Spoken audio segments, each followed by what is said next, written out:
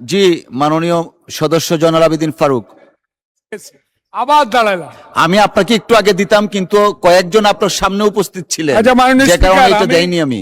আপনার একটু সহযোগিতা চাই। আমি মাননীয় সকল সংসদ সদস্যের পক্ষ থেকে বিষয়টা আপনি বিবেচনা নিতে পারেন, কারণ এখানে আমার মাননীয় অনেক সংসদ সদস্য আন্দোলন সংগ্রাম করে এখানে এসেছেন, সেটা আমার চেয়ে আপনি অনেক ভালো জানেন।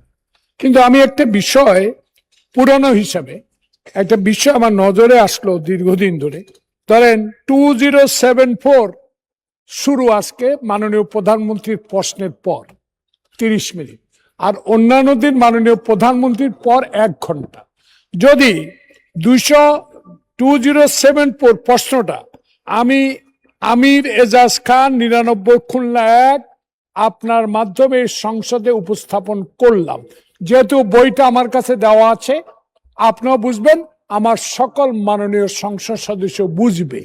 আর পরে সম্পূরক প্রশ্ন পুরোটা পড়লে আমি আর সময় পাই না, একজন বা দুইজন ছাড়া আপনি কোনো সম্পূরক প্রশ্ন করতে দিতে পারেন না।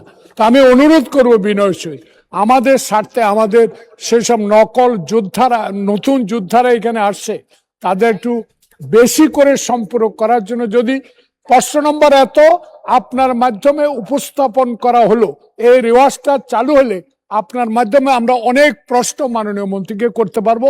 এই বিষয়ে আপনার সহানুভূতি কামনা করে আপনাকে অনেক ধন্যবাদ। ধন্যবাদ মাননীয় সদস্য।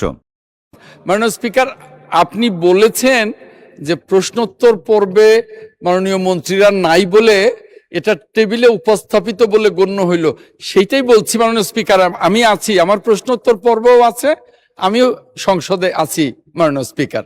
আপনাকে ধন্যবাদ। অসংখ্য ধন্যবাদ মাননীয় মন্ত্রী। আপনার ক্ষেত্রে 71 বিধি প্রশ্নোত্তরে নেই, এটা আছে এখন, আপনিও উপস্থিত আছেন, অসংখ্য ধন্যবাদ।